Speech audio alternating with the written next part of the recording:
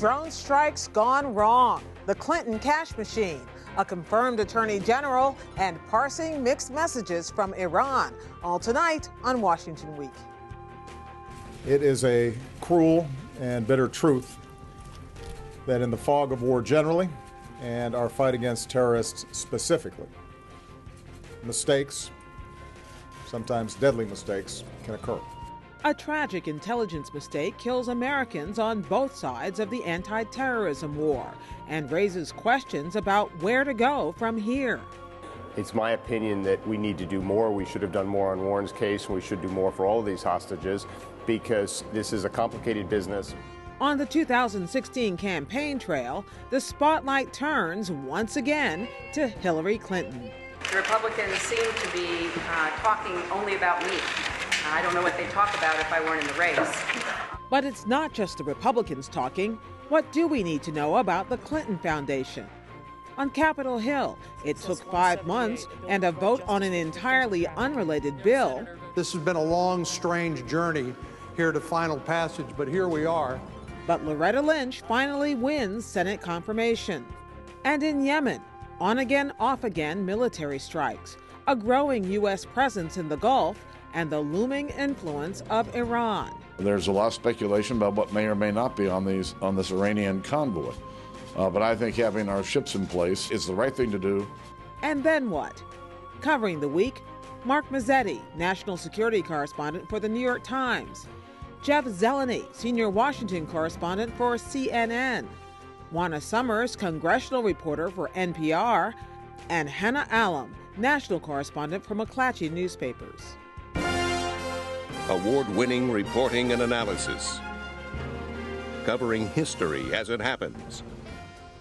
Live from our nation's capital, this is Washington Week with Gwen Ifill. Once again, live from Washington, moderator Gwen Ifill. Good evening. It was an extraordinary moment. The president yesterday taking responsibility and apologizing for the deaths of American citizens at the hands of American forces. Today, in a speech to the national intelligence community, he spoke of his regret. We all bleed when we lose an American life. We all grieve when any innocent life is taken. We don't take this work lightly. And I know that each and every one of you understand the magnitude of what we do and the stakes involved. And these aren't abstractions, and we're not cavalier about what we do. But we are still figuring out exactly what did happen on 2 separate dates in different locations where U.S. drones, apparently guided by faulty intelligence, took the lives of 4 men. One an American hostage, another an Italian hostage, and 2 American-born al-Qaeda operatives. None of it happened on purpose. 3 months after it happened, and barely 36 hours after we learned about it, what do we know now about the circumstances that led to this, Mark? Well, we know that the CIA was tracking several compounds, as it has for years, in the tribal areas of Pakistan.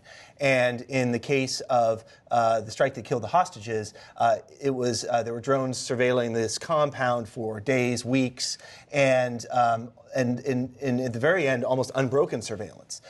And the order was taken to carry out the strike, and it took weeks to find out what actually had happened. And as it turned out, and as we reported today, they found out the real evidence of the mistake was there were 2 extra bodies pulled out of the compound and buried when the CIA had only thought that there were 4 in the compound. So that is the strike that's getting the most attention. And obviously it sort of raises this issue of just how accurate these strikes are. Well, so they were watching, they were careful, but how could they not detect the 2 additional humans inside this building? Well, they can only, the technology only allows them to see who comes and goes. They can't see inside of a compound. And so hostages are presumably kept in one place for a long period of time, or they were brought in during one point in the gap in the surveillance. So all they were able to see were the 4 people coming and going, and not the 2 people who were possibly inside the compound the entire time.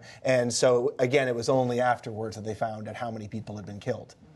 We saw the president speak there, and we saw him make this announcement at the White House on Thursday, fairly dramatic fashion. Why has this drone program defined his administration, and how has it defined his administration? Well, President Obama campaigned on getting the United States out of big, messy wars of occupation. And the drone, in many ways, has been a tool that he's embraced because it was something besides Iraq and Afghanistan. He has accelerated the drone campaign, far more drone strikes under Obama than there were under Bush. And so this has been, in many ways, his program. This is really the first time, though, you see him out there expressing this regret. But it should be noted, this is not the first time. Obviously, there's been civilians killed. It's not even the first time that there's been American civilians killed. But clearly this weighed on Obama, and I think it really created this moment where the program's under fire like never before. Well, and even it calls into question also the use of the signature strikes, which I thought we were told were going to be phased out last year sometime. So what happened? Yeah, so it's interesting. So First of all, what are they? So signature strikes are when the CIA will carry out a strike without knowing specifically who they're targeting. They're based on what they call patterns of behavior, someone who's determined to be Al-Qaeda or a different type of militant, but they don't know that is the specific people. Those have been allowed in Pakistan in part because of questions of people going over the border into Afghanistan and going after American troops. As you pointed out, President Obama indicated in a big speech he gave 2 years ago that by the end of last year, those strikes would end. But very quietly, they were allowed to continue. And as we saw in these 2 strikes in January, they have sometimes, when you lower the bar, you have really dangerous consequences. One person we haven't talked about in this conversation yet is John Brennan. When we're looking at this whole landscape and these drones, what does this mean for him? Yeah, Brennan is an interesting character. He was an architect of the program in the first term in the White House. He goes to the CIA.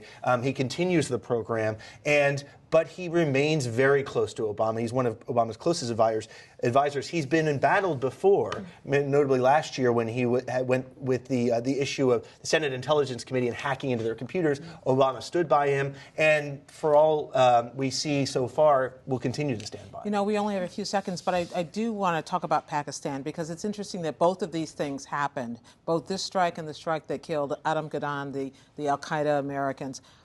Both happened in the country that's one of our allies. How do we know that? Aren't they supposed to be helping us on this? Well, that's a long and complicated story about the relationship with Pakistan. Yes, the relationship is better, but the United States is continuing to carry these strikes out at a lower rate than before, but they're not doing it, they're not informing the Pakistanis in advance, and sometimes there is real tension in the relationship when the U.S. carries out these unilateral acts. Okay, there's going to be more. They're supposed to be investigating this, so we'll see what they come up with. Thanks, Mark. We hopscotch now to another of the big headlines this week, following the money inside the Clinton Foundation. And it's a lot of money, much of it directed toward philanthropy, but where is it coming from and why? A number of reports this week have sought to make the link between the foundation's activities and the actions of then Secretary of State, surprise, Hillary Clinton. Are we seeing smoke or are we seing fire, Jeff? Yes, we're seeing both. And I think that it depends.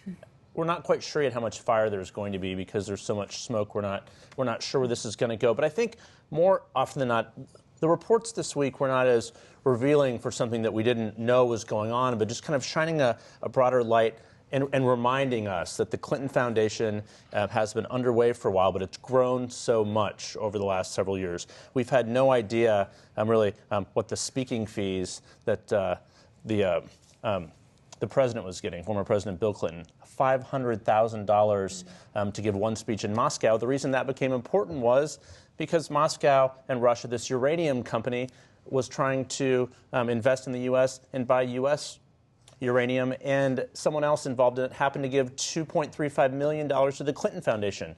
The deal went through, so of course it looks suspect. We don't know if it is suspect, but that was one example that the New York Times wrote about this week that just reminded us that this is such an unusual situation. A former president, a Secretary of State, and now she's running for president, so everyone is looking at this. Wasn't the Secretary of State supposed to notify the administration she was now working for whenever the foundation had any dealings with foreign governments or foreign entities? Yes, and that did not appear to happen in this case, and that is a good point. Going back to January of 2009, Senator Dick Lugar sat in the Foreign Relations Committee hearing and said the Clinton Foundation is going to be a tempting entity for foreign governments and other people who are trying to do business with the U.S. So she said, look, everything will be above board. We will sign a pledge to disclose everything. So for the first time, we're seeing that didn't happen in this case. So that's why it matters. So this has all come to attention because of the new book that is going to be released on May 5th. It's written by a conservative author, a former speechwriter to President George W. Bush, a former Sarah Palin advisor. So the Clinton campaign has seized on that and said, oh, this is a partisan hit job. Don't mind that quite as much. There's so much actual interesting stuff at the foundation that we're going to see. Yeah. Some people ask why it's legitimate. Well, if she wins, the president will still be in the White House. She will be the president. Other entities will be there. The Clinton Foundation is still there. So it's a legitimate question with so many angles. Jeff, it's April 2015. Election is still pretty long ways away. Is there any benefit to this coming out now as opposed to, say, around Labor Day or when she is actually the Democratic nominee? Good question. I mean, I suppose it could be seen as old news, like, oh, this sounds familiar, but I'm not sure that this is what the Clinton campaign wanted on week 2 of its candidacy. A very careful rollout. She was doing this reconnection tour with voters. So they certainly didn't want this, but, you sort of deal with the hand that you have. So I guess it gets it out of the way at this point, at least this part of it, but we still don't know the whole picture. And I mean, obviously, people have very strong opinions about Hillary Clinton. Does something like this, do you think, is this going to affect people? Do they care? Are voters going to care? From anything we know at this point. Yeah, it helps that it's really murky and hard to explain. And the more complicated it is, probably the better it is for the Clintons, I would say, because it just sort of seems like, a very familiar story. But look, I think you're right. Most people have their minds made up. They like her or, like what she stands for, or they don't like what it stands for. But it does go to the heart. Of course, voters aren't paying attention to this because they don't know enough about it yet. But it does go to the heart of the key worries of some of her advisors, trust and credibility. And if this is hammered out every day for the next, year and a half, that's not good for her. Was there a vetting failure here? What do you mean by vetting? Well, why didn't we know about all this before? We do think of her as someone that, she's been on the national stage for so long. Don't we know everything about the Clintons? Well, the Clinton Foundation actually has changed so much since 2008 when she ran for president the last time because Bill Clinton's speaking fees through the roof. The Clinton Foundation has grown into this sprawling thing. When she ran the first time, it was much smaller, and she wasn't Secretary of State. So that's a key question. But did it grow on her watch? Is it too soon? Is this affecting her fundraising or what voters are saying at all? I think it's a little too soon right now. The reaction has basically been a partisan reaction, but they are trying to raise money, a lot of money, and the fact that they're reminded that the Clintons really got pretty wealthy over the last decade does not help fundraising. It doesn't help it at all. Okay. Well, thanks, Jeff. I get the feeling we're going to be revisiting this time and time again. Today, over at the Department of Justice, outgoing Attorney General Eric Holder had yet another goodbye ceremony, 5.5 months after he first announced he was leaving. This is my third going away, but I promise it's the last one. I think we can officially say now that Eric Holder is free. He then took off 2 free Eric Holder rubber wristbands and flung them into the crowd. Holder's replacement, Brooklyn prosecutor Loretta Lynch, is finally on her way to justice after 10 Republicans joined every Senate Democrat in voting to confirm her nomination. So in the end, finally she got through. Juana, what changed? Everything and absolutely nothing at all at the same time. Look, this was never really entirely about Loretta Lynch, and it was never really about her qualifications. What this long, protracted nomination battle, something we haven't really seen before, was about was the fact that Republicans did not like Eric Holder, and yet when they were presented with a replacement in Loretta Lynch, who many of them will concede is very well qualified, very ready for the job, they got someone who vocally stood up and said that she supported the president's executive actions on immigrations, which may be one of the few things Republicans dislike more than Eric Holder himself. So they were in a really tough corner here, and they didn't quite know what to do with it. So we saw that it get drug up in immigration. We saw an unrelated human trafficking bill, which you've discussed on the program before, get drawn into this. That was resolved earlier this week, and they were finally able to confirm her. In the end, Loretta Lynch won the support of 10 Republicans, most interestingly, Senate Majority Leader Mitch McConnell. You know, one of the things I found interesting about this, about all of these confirmation hearings, but this one in particular, she was being penalized for agreeing with the president who nominated her. What was expected? If you listen to what Republicans said, what they wanted in a new in a new head of the Justice Department was someone who would lead the Justice Department independently of the president, which I think may be a little bit far-flung of an ask for a nominee from a Democratic president. What they want is their own head of the Justice Department, which obviously with President Obama in the White House, they really weren't going to get. And the old adage, elections have consequences. I mean, but the person who talked the most was Ted Cruz. He urged senators he said he was going to put a hold on her nomination. Where was he this week? That's a funny one. Ted Cruz took to the floor. He spoke forcefully about Loretta Lynch, said that she was lawless and would continue the lawlessness of Eric Holder's Justice Department. He voted on a procedural test vote, hoping to deny her nomination advance, and then he got out of town. His staff said it was a scheduling conflict, and Real Clear Politics posted online an invitation that he had flown back home for a fundraiser. So it's definitely an interesting moment, one that Democrats... That's a scheduling conflict. It's a scheduling conflict. And it was a big fundraiser, but hypocritical, right? A little bit, and it's also happening during a week where Ted Cruz is coming under fire from a number of news organizations, including Politico and the Huffington Post, who are chronicling just how much time he spends not doing the thing the voters of Texas elected him to do, which is showing up to committee hearings of consequence and voting. So she's in. Okay, so what do we know about what does she want to do? What are her priorities at the Justice Department? One of the biggest things we're likely to see from Loretta Lynch, and this is something that President Obama stressed in remarks that he made last night after this vote, was that she will work really hard to bridge the trust gap between minority communities across this country and law enforcement officials. As the president and others in the administration has said, Loretta Lynch knows a lot about justice, but she also knows a lot about communities. So that's a role we expect to see her step into, particularly as we have events unfolding across the nation, as what we saw in North Charleston, South Carolina, is what we're seeing play out this weekend in Baltimore, Maryland. So there will be a lot of ground there. She will also be tasked, obviously, with sentencing reform and surveillance issues that have been huge for the Holder Justice Department. She will also have to work, though, to gain the trust of Republicans who are, as we've stated earlier, not likely to trust her given the feelings that they have about Eric Holder and the feelings they have about the president's immigration policies, which, of course, she will play a huge part in. Mm-hmm.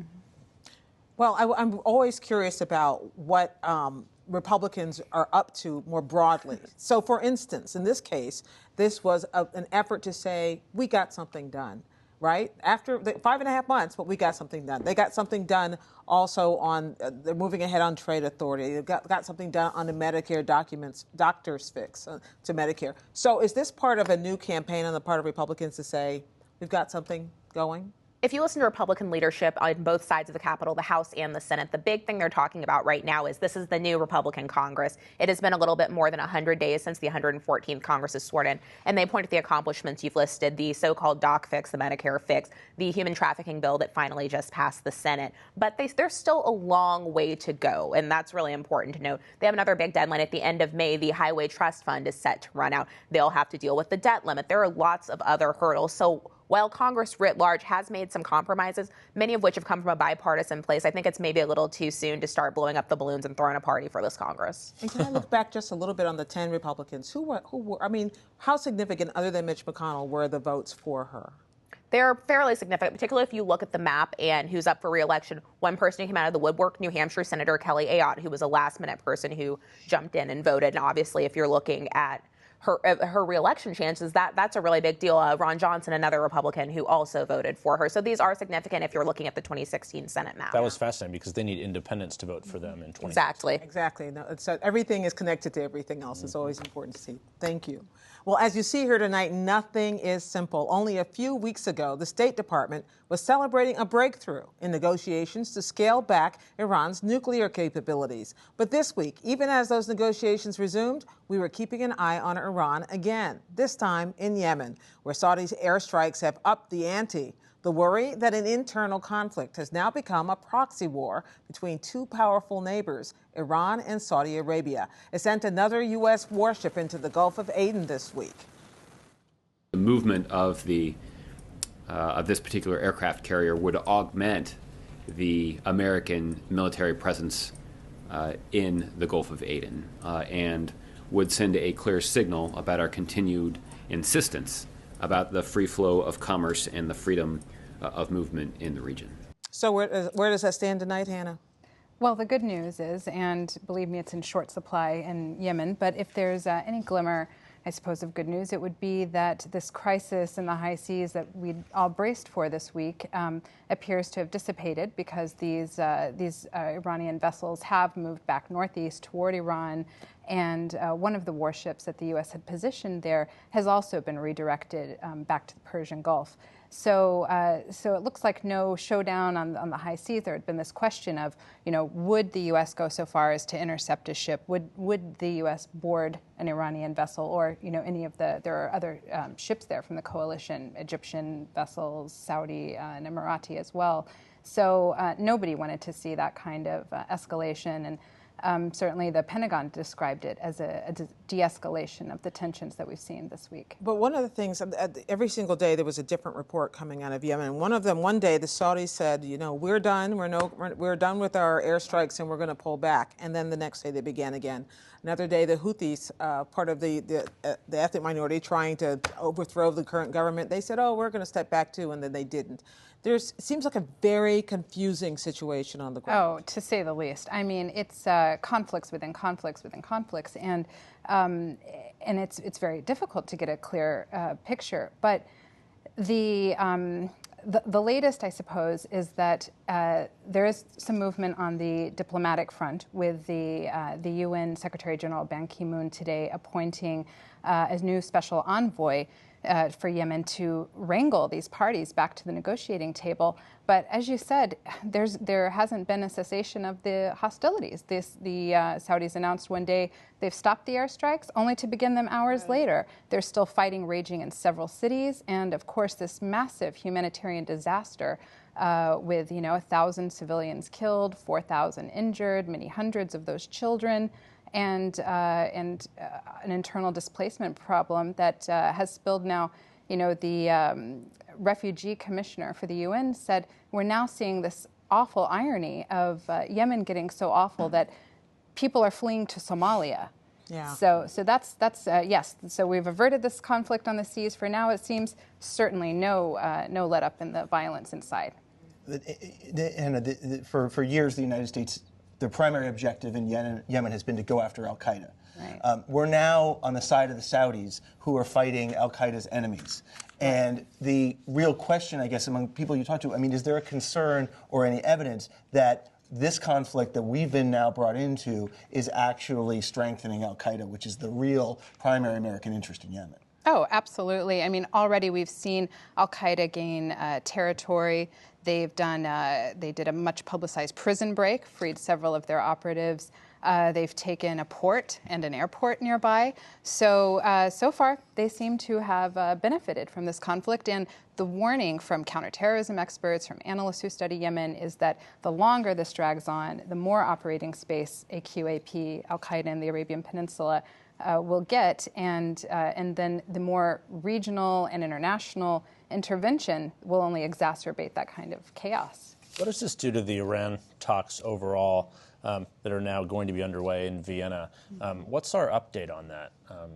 Well, U.S. officials always like to say these are two separate issues, and we keep them. They wish they were. They wish they were. I don't think anyone would dispute that it's nice to sit down in Vienna to talk. This is the first formal talk since the framework agreement was reached. So I think they're all relieved that they don't have a maritime crisis in the backdrop to them. Well, and they've got a deadline, June 30th is yes, the next TikTok. deadline for the next turn on these. Okay, well, we'll be watching all of that. Thank you all very much. We've got to go, but the conversation will continue later on tonight online on the Washington Week Webcast Extra, where, among other things, we'll talk about the Sunshine State war heating up between two Republicans, Jeb Bush and Marco Rubio.